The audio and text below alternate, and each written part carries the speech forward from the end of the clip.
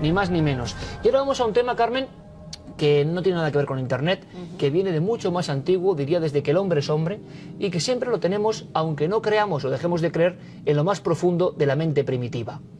Alma o ánima, lo que los griegos llamaban psicos, siempre presente, y según la Iglesia es posible que recibamos visitas de esos seres entre dos mundos. Vamos a hacer un recorrido esta noche muy especial.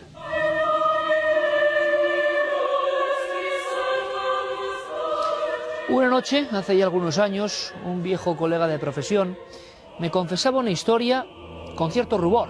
Le costaba desvelar su secreto. Quizá porque era un hombre científico, pragmático y desde luego no creía en habladurías y mucho menos en fantasmas.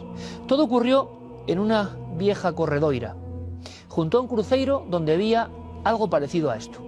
Un peto de ánimas. Por las tierras gallegas, leonesas o zamoranas es muy fácil encontrarse con ellos. Son como el recuerdo en piedra de una cultura popular que ya casi ha desaparecido. Solo nos quedan estas caras vacías, estos ojos huecos, este testimonio de lo que fue el temor y la veneración al mismo tiempo a los que estaban en el tercer estado. Ni cielo ni infierno. La historia del purgatorio además ha causado muchos quebraderos de cabeza en la España rural. Este amigo me contaba que una noche sintió un miedo como nunca antes había notado. Menos mal que llegó hasta el peto de ánimas y casi se guareció tras él. Era como si el viento hubiera cobrado forma, sentido, sonido, y como si alguien, pero alguien que no era de este mundo, persiguiese y siguiese sus pasos. Y notó la amenaza que solo de vez en cuando se aparece en nuestra vida, la amenaza quizá de lo sobrenatural. Desde entonces, mi viejo amigo mira los petos de ánimas con otros ojos. Nosotros vamos a zambullirnos en un tema teológico y parapsicológico apasionante. Ese tercer estado, las ánimas del purgatorio, ¿dónde están? Y sobre todo, ¿es capaz esa entidad incorpórea de volver? ¿De pedirnos algo? ¿De regresar por una venganza? Las historias son fascinantes. Hagan un esfuerzo, pongámonos en la coordenada de otro tiempo. Viajemos en busca de ese tercer estado. Viajemos en busca del secreto, del último gran secreto del purgatorio.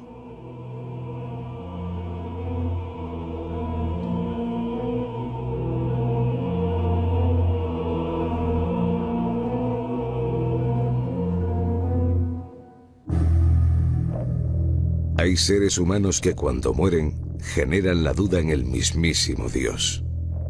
Sus almas no son lo suficientemente puras para el encuentro con el Creador, ni están tan mancilladas con pecados como para condenarlos eternamente. Su deber es cumplir penitencia en tierra de nadie, en otra dimensión donde reinan el fuego y las sombras.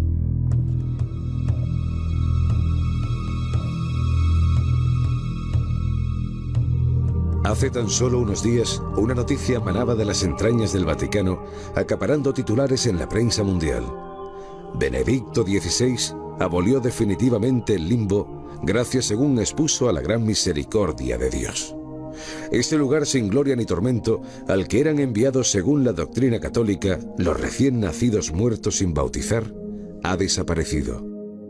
Quedan por tanto tres estados que cobijan a las almas: cielo, infierno y el más inquietante de todos, el purgatorio.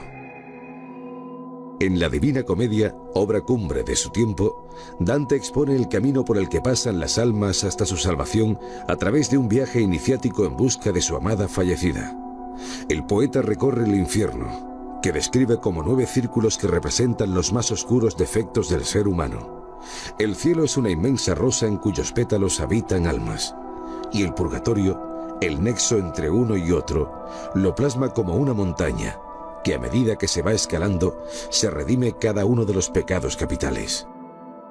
Alejados de la gloria del cielo y de las llamas del infierno, sin la compañía de ángeles ni demonios, estos espectros vagan indefinidamente hasta obtener el pasaporte hacia el cielo.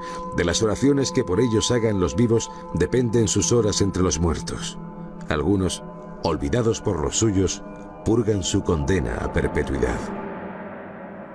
Esas sombras de lo que un día fueron hombres deambulan por el inframundo arrastrando 2 castigos: no poder ver a Dios y calcinarse en un fuego purificador que les limpia el alma. Muchos lo consideran peor que el propio infierno. el purgatorio genera respeto y temor entre los creyentes. Muchos hablan de apariciones espectrales que recorren bosques y caminos llamando la atención de los vivos. Las tierras gallegas están salpicadas de los llamados petos de ánimas, monumentos religiosos ante los que los creyentes rezan y dan limosna, buscando así su futura salvación y la de alguno de los espectros que moran en esa otra dimensión. Según afirma la teología, no todas las almas que se arrastran por el purgatorio poseen el mismo grado de pureza. Unas se hallan a tan solo unos rezos del perdón. Otras, en cambio, son semidemonios que no han ido a parar al infierno merced a alguna súplica o gracia de última hora. Muchos de los vivos poseen el don de ver a esos espectros, presenciar su sufrimiento, su desconcierto y, en muchos casos, su maldad.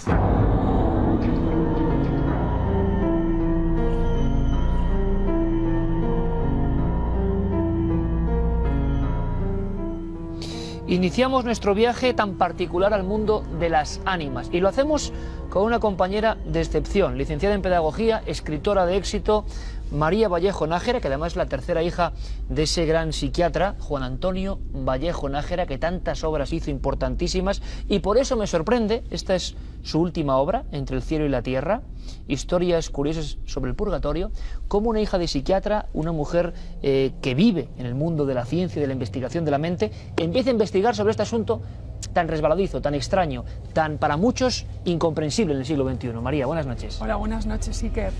¿Que cómo lo empiezo a estudiar? Pues por una razón, porque soy creyente, soy católica, soy muy creyente y también soy hija de psiquiatra. Y mi padre también respetaba mucho estas cosas, él también era muy creyente. Y la curiosidad me tiró hacia este tema, que es un tema absolutamente fascinante. También lo he estudiado desde el punto de la mente, lo he hablado con varios psiquiatras y lo que nos tenemos que fiar para hablar de este tema es de la Iglesia Católica. Y por eso estoy aquí, para contaros lo que he averiguado. Hay mucha polémica y muchos amigos nos han escrito sobre limbo, purgatorio, cambios importantes en ese mapa del más allá. Mucha gente cree, María, que lo que se ha eliminado de un plumazo también es el purgatorio. ¿No es así? No es cierto, no. Nunca se ha eliminado el limbo porque nunca se aceptó. Era simplemente una opinión un poco generalizada dentro de la Iglesia. Pero es que el purgatorio es dogma de fe. Esta fue la primera sorpresa con la que yo me encontré. Es decir, que toda persona bautizada católica debería de creérselo a pies juntillas, diciéndolo así coloquialmente. Es una realidad tremenda dentro del catolicismo, hasta el punto que se considera un tercio del cuerpo de Cristo. El cuerpo de Cristo, los católicos creemos que está formado por tres partes: el cuerpo militante, que somos nosotros, los vivos; el cuerpo triunfante, que son los santos, los que ya han muerto y han llegado al cielo; y el cuerpo purgante, que es el purgatorio. Imaginaros cómo no lo pueden eliminar si es que forma parte del cuerpo de Cristo. Bueno, pues nosotros ahora, con la visión de la investigación, vamos a dar una pequeña sorpresa. Los tres y nuestro compañero Javier Sierra la conocen muy bien. Una pequeña iglesia, Sacro Cuore del Sufragio, ¿no? Efectivamente. En Roma, una iglesia muy peculiar, que luego María nos va a contar algunas anécdotas. Una iglesia extraña, vamos a llamarlo así, porque es así. Y nosotros, como decimos, con nuestra pequeña cámara en mano, nos metimos en la zona de la sacristía.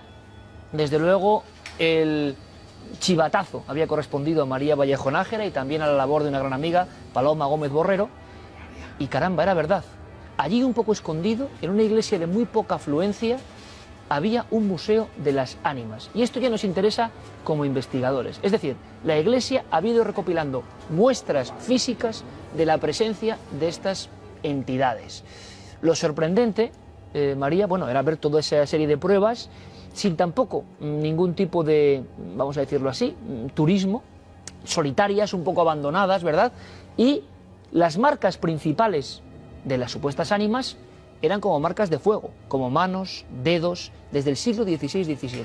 Imagino que te quedaste tan sorprendida como nosotros, ¿no? Me quedé sorprendidísima. Y la verdad es que ya llevaba bastante tiempo estudiando esto de las ánimas. Me ha llevado un trabajo de 5 años recopilar toda la información. Entonces me sorprendí a pesar de ello, porque es que es increíble. Este pequeño museo fue creado por un sacerdote a finales de 1800, me parece.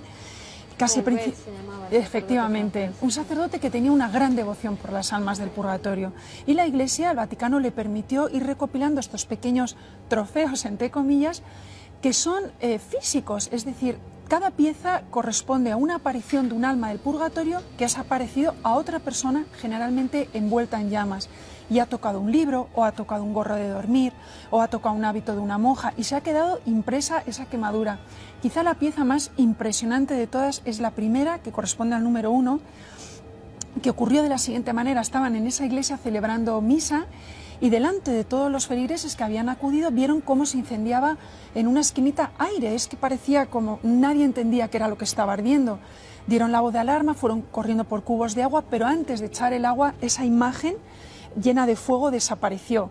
Y cuando desaparecieron las llamas, vieron que una figura humana se había marcado perfectamente en el mármol del fondo de la iglesia. Y está en ese pequeño museo, ¿no? Y ese acontecimiento que ocurre allí hacen que allí precisamente se vaya generando durante muchas décadas ese museo insólito. Esa es, digamos, la pieza principal que despierta la curiosidad de este sacerdote. Dice, yo tengo que recopilar pequeños trozos de tela, algo que demuestre que ha habido una quemadura de un alma del purgatorio. Carmen, y ese sacerdote se pone a investigar, díganme que esto no es de novela, pero es real, ahí estábamos grabando esto, y se pone a recopilar un investigador de la iglesia, un sacerdote convencido de que hay pruebas de la interacción de las ánimas en nuestro mundo físico. Y claro, yo le daba vueltas, y la representación artística, hemos visto imágenes realmente preciosas, ha encontrado nuestro compañero Gerardo Peláez de una antiquísima versión cinematográfica de la Divina Comedia de Dante, y claro, es que las ánimas estaban envueltas en llamas. Entonces se suponía que, claro, la marca tenía que ser de fuego, con lo cual a las personas que lo sufrían tenía que ser realmente algo pavoroso. Y empiezan a surgir elementos como el que antes hablábamos, que tienes ahí, que es todo un clásico, esa reproducción sería el tipo, ¿no? El tipo de esas marcas candentes. Investigación de la Iglesia en la, vamos a decirlo así, en la congregación del Sacro Cuore del Sufragio. Sí, esta pertenecería al convento de San Francisco en Todi. La hermana Clarisa, Isabella Fornari, dice que cree que son las manos del padre Mancini. Se queda en esta impronta en la mesa. Esto es una mesa de madera que la iglesia además le dice que por favor que recorte el trozo precisamente para que estuviera después en este museo, y en otras dos telas queda esa impronta del padre Mancini. Pero fíjate, Iker, ya desde mucho antes hay tratados de parapsicología, de ocultismo y de demonología en los que se habla de manos incandescentes. Se les llama así porque son improntas que dejan las almas del purgatorio en algunas ocasiones, pero en otras las dejan figuras demoníacas que vienen a buscar algo. Ojo, hablamos siempre, ahora mismo, desde la perspectiva de la teología, es decir, sí, no de la investigación, sino de la teología, y lo observamos con mucha curiosidad. Libros, yo tengo algunos de mi biblioteca particular, en los que se recogen esos tratados con el demonio, en los que algunos de los pactos demoníacos vienen firmados con esta mano negra. O sea, son cosas entre el cielo y el infierno, como muy bien dice María en su libro, en este caso entre el cielo y la tierra. Siempre ha estado entre dos mundos, como las almas del purgatorio, entre lo que es bueno, las almas que vienen a pedir rezos, y lo que es malo, el demonio que viene a avisarnos de que su figura está ahí, que hemos hecho un pacto con él y que tarde o temprano deberemos pagarlo. Claro, ahora muchos amigos de Cuarto Milenio dirán, bueno, le estoy dando un enfoque desde el punto de vista de la creencia cristiana, católica, pero yo me digo, hay muchas personas, incluso completamente descreídas, que han sufrido este tipo de apariciones. Muchísimas, que te han escrito, que has ido investigando, gente que no creía en nada y que han vivido el mismo fenómeno. Efectivamente. Uno de los casos, lo comento en el libro, es el de un cirujano. Yo aposta he escogido personas de la alta sociedad, no por grupo social, sino por formación. Entonces son todos arquitectos, abogados, hay un gran economista. Bueno, pues el que yo llamo cirujano tiene otra profesión, es un hombre muy conocido en su profesión, y él es una persona descreída. Él es bautizado católico, pero es muy tibio y nunca le ha interesado el tema de la iglesia, ni siquiera acude a misa. Y sin embargo alquila al pobre una casa en Madrid, específicamente en la calle Serrano, esto sí que es cierto, que fue en la calle Serrano, y se la alquilaban muy barata. Al poco tiempo descubre por qué era tan barata. Allí se movían los muebles, se movió una tetera un día, otro día se cayó un cuadro que casi mata a uno de sus sobrinos. En otra ocasión estaba uno de sus sobrinitos pequeños corriendo por el pasillo y el niño dice que le sujetó un viejo por la espalda, por los típicos tirantes de goma que llevan los niños, y que cuando mi amigo se acercó al niño le soltó, y además él vio perfectamente cómo le golpeaba la goma de los tirantes, ¿no? Esta persona me cuenta a mí todo esto, y yo le intento explicar desde el punto de vista de la Iglesia. Digo, mira, la Iglesia ha investigado esto durante 2000 años Ellos lo llaman almas del purgatorio. Lo que tienes que hacer primero es ofrecer una misa en la casa y segundo, orar, porque lo que están haciendo es llamar tu atención. Lo curioso de este caso es que no solo lo vio él, porque una vez dio una fiesta a todos sus amigos y invitados encontraron a 2 o 3 damas vestidas con ropajes del siglo XIX, con miriñaque, con abanicos, abanicándose en la escalera antes de llegar al propio piso de mi amigo, ¿no? Y pensaron que se trataba de una fiesta de disfraces. Dijeron, vaya por Dios, no nos hemos disfrazado y vamos a ser los únicos sin disfraz. Cuando acudieron a la puerta se dieron cuenta que no. Cuando bajaron otra vez a la escalera habían desaparecido. Sí, justo en la entrada, digamos. Es muy curioso lo que dice María, porque hace un par de semanas hablábamos de otro ambiente completamente distinto, la Asturias profunda, con todo el respeto, porque además nos trataron fenomenal, el miedo del Rayán, ¿se acuerdan? La visión es de una figura negra que se presenta y que genera ciertos fenómenos de movimiento de objetos, movimiento de una cuna, y todos los fenómenos, sea como fuere, acaban con una conversación cara a cara de la principal implicada en el asunto con esa sombra. Al día siguiente se despierta y deja una vela a las ánimas benditas en la tumba, en la lápida, y a partir de ahí, bueno, hay unas misas. Sí. El elemento de las misas en la historia de la parapsicología, sea lo que estamos viendo, parece que funciona.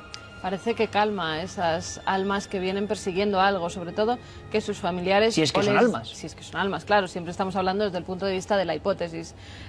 Pues persiguen o que se les rece, porque necesitan esos rezos para ascender a niveles superiores, o necesitan esa luz de la que desde siempre se habla para ir precisamente hacia el cielo, para purgar sus pecados, en este caso, como pasaba con el miedo de Rayán, ¿no? Lo curioso es que en otras culturas, alejadas incluso de la cristiana, se habla de fenómenos muy parecidos. Sí. Hablamos de la cultura japonesa, con esas entidades que aparecen, mujeres sobre todo, entre llamas, apareciéndose y generando un gran temor, lo comentábamos la temporada pasada, y que el cine de terror japonés ha representado perfectamente. Y en el fondo estamos ante el mismo misterio, ante la interacción en nuestro mundo de otras cosas ajenas que luego cada uno intenta interpretar. Y otras culturas, en gran parte de África, y nosotros lo pudimos ver cuando estuvimos en Túnez, había a la entrada de las cuevas donde vivían, e incluso de las casas, siempre el mismo símbolo, una mano negra puesta a la entrada, precisamente para que los espíritus demoníacos, sobre todo, no pudieran penetrar dentro de esas viviendas ni hacer el mal a los que estaban en ellas. Bueno, María, que es una mujer que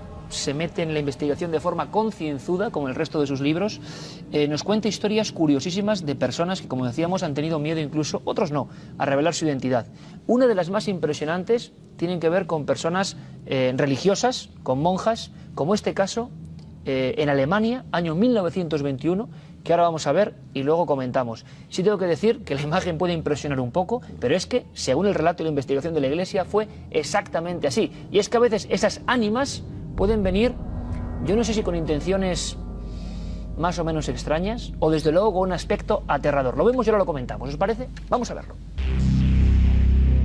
Según recogen los viejos archivos de una diócesis de Berlín, en 1921, en algún rincón de Alemania, una monja franciscana comenzó a tener unas extrañas visitas. Una noche en su celda, mientras se disponía a dar por finalizado el día, una mujer apareció de la nada. Una mujer muy diferente a cualquier otra. La religiosa, atemorizada, comenzó a rezar por ese ser a mitad de camino entre humano y fantasma. Cuando alzó la vista del rosario, vio sorprendida cómo el grueso clavo se iba aflojando y unos agónicos murmullos comenzaban a brotar de la boca del espectro.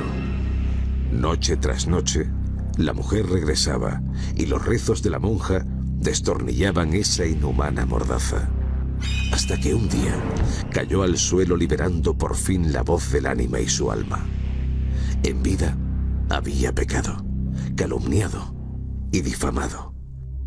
Las oraciones de la franciscana la libraron del purgatorio, mostrándole la luz divina.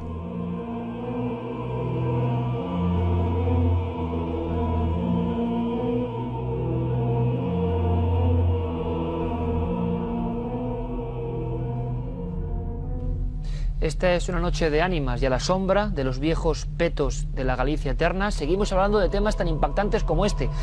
Investigaciones en su día oficiales de la Iglesia sobre casos de religiosas que tenían este tipo de visiones. ¿Fue así, María, exactamente? Efectivamente, fue así. Esta mujer es una mujer anónima, en su diario no dicen quién es porque así lo prefirió su director espiritual, los documentos están ahí y lo que lo obligaron a escribir fue su diario. Ella no vivió estas experiencias toda su vida religiosa, solo fueron de 1921 a 1928 y luego estuvo muy agradecida de que cesaran porque ella sufrió muchísimo. En el caso del clavo, que lo hemos visto, tengo que decir que cuando consiguió hablar, este espectro le dijo: estoy aquí porque he cometido un grave pecado que a Dios no le ha gustado nada, que ha sido el don de la calumnia, esa facilidad que tenemos a veces las mujeres de criticar al vecino, pues en esta mujer tenía forma de calumnia. Y Dios le dejó ver en su juicio final... Bueno, mujeres y hombres, María? Bueno, le dejó ver en su juicio final todo el daño que había hecho con esas calumnias. Por eso se representa ese alma con el pecado que ha cometido más, y por eso tiene ese clavo, ¿no? Es muy impresionante. A mí es de los casos que más me ha impresionado. Además, hay una cosa muy curiosa, y es que lo veíamos en esa vieja película de Divina Comedia, en descripciones antiquísimas, y también lo vemos en muchos de los casos de la parapsicología. De lo puramente parapsicológico, incluso sin ningún tipo de sesgo de creencia. Muchos hablan de la aparición de figuras que no están enteras, figuras que no tienen manos. Recordábamos el caso del monje de Lepierure hace bien poco, ese monje que llega a ser fotografiado aparentemente.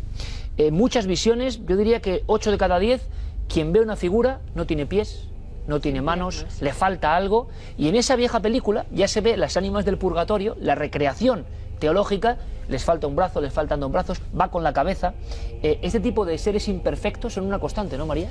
Aparecen en muchos casos, incluso yo he leído, lo que no recuerdo si fue en este tratado o en otro, que decía que las almas cuando se aparecían sin manos, y la vidente le decía: ¿pero cómo vienes así? Decía: es que yo robé, era ladrón. Entonces Dios permite que se le vea sin manos, las manos no han servido nada más que para maldad, con lo cual en el purgatorio no hay manos, ¿no? Lo curioso en ese... Bueno, primero, cuéntame, María, vamos a saber qué es esto de aquí, por ejemplo, ahora, Carmen. Este delantal. Pero vean un poco la sensación, y en Roma en plena noche, yo sinceramente no os voy a engañar, yo es que estaba pensando en la película La Profecía, que ocurre en Roma de noche, todo ese ambiente, un capitel con las ánimas del purgatorio abrasándose esa noche, y esa iglesia que siempre estaba cerrada, y donde no había casi nadie. Y cuando entramos, la misa, solo 2 feligresas, el cura, no sé. Es una iglesia rara, hay que decirlo. Es curiosa, Iker. A mí me costó muchísimo entrar, siempre que iba estaba cerrada, no tenía muchos días, me había escapado solo para ver la iglesia, y al final me presenté un día prontísimo, hasta que la abrieron me colé, y efectivamente una misa muy corta se estaba celebrando, 4 viejecitas, me llegaban todas por el ombligo, eran muy mayores, yo soy muy alta. Y se fueron, y yo dije: ¿y dónde está el museo? ¿Realmente dónde está? Me costó encontrarlo, perseguí como pude al sacristán, y me metió, es un cuartito, tú lo has explicado, muy pequeño, donde están todas estas piezas. A mí también me dio un poco de miedo y sentí un par de escalofríos por el cogote. En la zona, sí.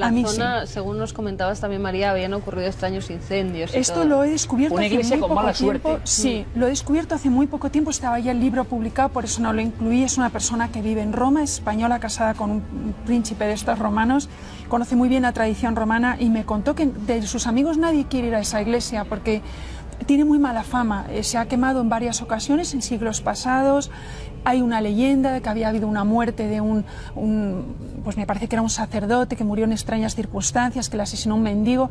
En fin, corren todo tipo de rumores. El caso es que yo estaba ahí, a mí me dio un poquito de miedo, había muy poca gente, y el purgatorio se explica de una manera un poco extraña, pero ahí está. Ahí está, con piezas extrañísimas, con piezas muy raras, un lugar único en el mundo que, como digo, grabadora en mano, hemos querido dar a conocer a todos ustedes. Y hay piezas que hemos reproducido, nuestro equipo de atrecistas ha reproducido magníficamente, pues esa cosa que yo no sé qué es, veo de nuevo la mano negra. ¿Qué es? ¿Cuál es la historia? Es un mandil con una impronta.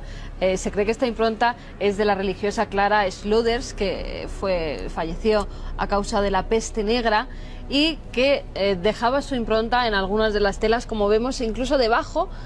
Podemos ver que hay otro trozo donde están las 2 manos. Esto ocurre en octubre de 1696 sobre el mandil de Sor María Herendorps. y desde entonces se ha quedado ahí marcado. Y que parecen además como si viéramos la sábana santa, que parece como un poco quemado y se ha quedado toda esa figura, pues en este caso es igual, lo que pasa que más marcadas en negro, como si estuvieran carbonizadas. Son como imágenes de otro tiempo que regresan y que a veces son absolutamente rotundas, reales, están ahí. Lo asombroso es cuando hay una comunicación, cuando realmente hay un mensaje, que esto sí que nos suena, nos puede parecer un poco lejano, ¿no, María? Esto ocurre mucho. Desde luego, los casos que yo he estudiado, en el caso del capítulo de Julieta, esta chiquita que también ve las almas del purgatorio desde niña, la hablan, la cuentan cosas, ella a veces descubre... Desde niña, eso es un elemento muy curioso. Sí, ella se dio cuenta por primera vez que no era una niña normal cuando la llevan por primera vez al cementerio. Se muere la abuelita del pueblo, estas chiquitas de Colombia, vivía en un pueblito de Colombia, ahora vive en Madrid. Y la llevan y dice que se sorprendió muchísimo porque vio todo el cementerio lleno de gente.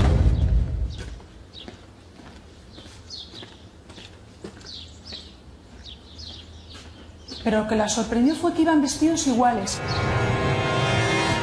como con un pequeño hábito blanco y descalzos. Y que dijo, qué raro, porque hacía frío, que hace toda esta gente vestida igual.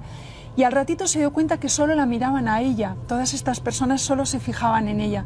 Y desde ese momento esta niñita empieza a ver almas del purgatorio, ha pasado por muchísimos estudios psiquiátricos, todos los psiquiatras dicen que es una persona sana desde el punto de vista psiquiátrico y que no pueden explicar por qué ella ve almas. Sin embargo, es un regalo que a veces puede ser un poco un caramelo un tanto amargo, porque ver visiones como esa mujer del clavo o lo que vamos a ver ahora, hay que tener un alma muy fuerte, nunca mejor dicho, para aguantarlo, porque es otra de las visiones de esta religiosa alemana entre el año 21 y 28, esta investigación, este diario personal, y desde luego esta es estremecedora, porque hay muchas de estas visiones que ya no es que parezcan imperfectas, sino que las formas son animalescas.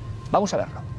Años después, la monja vio a través de la ventana una sombra que parecía un mono subido a un árbol. Cuando cruzaron las miradas, bestia y religiosa, la franciscana quedó petrificada, reconociendo a un ser humano en los ojos endemoniados de aquel ente animalesco. La religiosa rezó por ese animal, que antaño fue hombre. De simio, se transformó en serpiente. Algunas noches reptaba en busca del lecho donde descansaba la monja. Al cabo de los meses, el reptil tomó forma humana. Envuelto entre tinieblas, atacó con virulencia a la monja en un acto de ira y desesperación, mientras ésta continuaba rezando encomendada a un fragmento de la Veracruz que sujetaba entre sus temblorosos dedos. Entre oraciones y súplicas transcurrieron los meses y el ente diabólico recuperó su ser. Se trataba de un monje. Una grave falta le había condenado hasta casi convertirlo en demonio. Ya había purgado sus penas. Ya estaba en paz con Dios.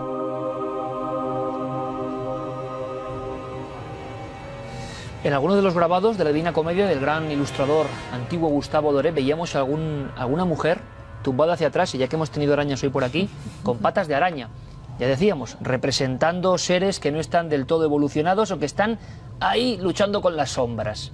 Bueno, pero este es un caso extremo, ¿no? Las visiones llegan a ser de monos, visiones agresivas que llegan a agredir a las personas, serpientes. Efectivamente, y queréis que esta monjita tuvo un don muy complicado de llevar, la verdad, y era que veía las almas del purgatorio más cercanas al infierno. Tú antes has comentado que en el purgatorio hay muchos niveles, es cierto, y en todos los tratados de teología que he estudiado, de escatología, que he estudiado sobre esto, y los santos lo dicen, que ven muchísimos niveles. Las personas que están muy cerca del cielo no tienen formas grotescas, es la forma humana la que se presenta al vidente, generalmente lleno de luz y transmite mucha paz. Pero también hay almas muy cercanas al infierno que se han salvado por una pequeña oración de sus madres, por alguien que ha ofrecido una misa, y Dios en su misericordia ha dicho, bueno, al fondo del purgatorio. Y estas son las almas que se aparecen a esta pobre mujer. El caso que acabamos de ver fue terrorífico. Ella cuenta en su diario que le vio la primera vez detrás de la ventana y que se pegó el susto de su vida, pensó que era un gorila de verdad, un mono de verdad, y a la noche siguiente ya atravesó la ventana, atravesó la pared. Espeluznante. Ella no entendía por qué Dios le había dado esta este don incluso rezaba muchísimo para que Dios se lo quitara. Le decía, Señor, por favor, no quiero salvar más almas del purgatorio, que lo haga otra persona más preparada. Pero es muy tierno el diario, porque dice que enseguida se arrepentía. Decía, ¿cómo voy a ser tan egoísta? Si Dios me ha dado este don de orar por ellas, ¿cómo voy a rechazarlas? También es curioso porque, aunque no lo cuento en el libro, este mono lloraba mucho. Primero la intentaba dañar, pero ella se defendía con oraciones y sobre todo con agua bendita, con un trozo de la Veracruz que tenía en la mesilla. Y entonces dice que salía el alma disparada y se chocaba contra la pared y se ponía a llorar desconsolado. Le decía, si tú me tratas así, ¿quién me va a sacar del purgatorio? ¿Y era un monje? Era un monje, acabó siendo un monje. Y es aterrador el final de la historia, que no la habéis puesto. Ella una noche se le aparece este hombre ya vestido de monje y le dice, ven. Y la pobrecita se levanta, se pone sus zuecos y una manta porque hacía mucho frío y le sigue por todo el convento, ve que va muy rápido por los pasillos, llegan a las cocinas y con gran estupor ve que levanta el monje y va directo a una especie de trampilla que había en la cocina, escondida debajo de un montón de cubetas, lo que yo entiendo por eso que no debían de utilizarlo las monjas. Lo levanta y ve unos escalones y le dice el monje, sígueme. El valor que tuvo que tener esta monjita para decir, Dios mío, ¿ahora dónde me lleva este y qué me va a hacer? Y sigue y se da cuenta que era una antigua bodega muy abandonada. Dice que la salpicó el olor a podredumbre y a humedad, y que el monje se acercó a una esquina del suelo y señaló el suelo y pegó un grito ensordecedor, y en ese momento desapareció. Y ella dice, inmediatamente tuve el entendimiento, Dios me dio el entendimiento de saber qué pecado cometía, y el pecado lo cometía aquí. No pone qué pecado era, no lo podemos saber. Nos lo imaginamos. Nos lo imaginamos. Yo me estoy acordando, Carmen, de una fotografía que no hemos podido resolver, fíjate. Y María hablaba de unos niños o figuras vestidas de blanco. Hemos recibido algunas fotos que Guillermo nunca pudo resolver de niñas vestidas de blanco, descalzas, corriendo en parajes invernales. Si no recuerdo mal, era en Irlanda. Estaba una niña corriendo descalza y parecía llevar un vestido de comunión completamente blanco, y esa es una fotografía que no pudimos resolver. Otra de las fotografías de fantasmogénesis dentro del ocultismo que es más famosa y no se ha podido saber su trucaje fotográfico es una de una especie de adolescente que está sentada sobre su propia tumba. Es verdad. Se ve la tumba perfectamente, varios turistas están haciendo fotografías de ese camposanto y de repente, como si estuviera llorando o con las manos en la cara. Una pose muy nostálgica, ¿no? Sí, una pose muy nostálgica, también vestida de blanco, descalza de nuevo, está sentada sobre su propia tumba, que luego comprobaron que era la de una chica adolescente que podría más o menos tener la edad de esa fotografía que se refleja.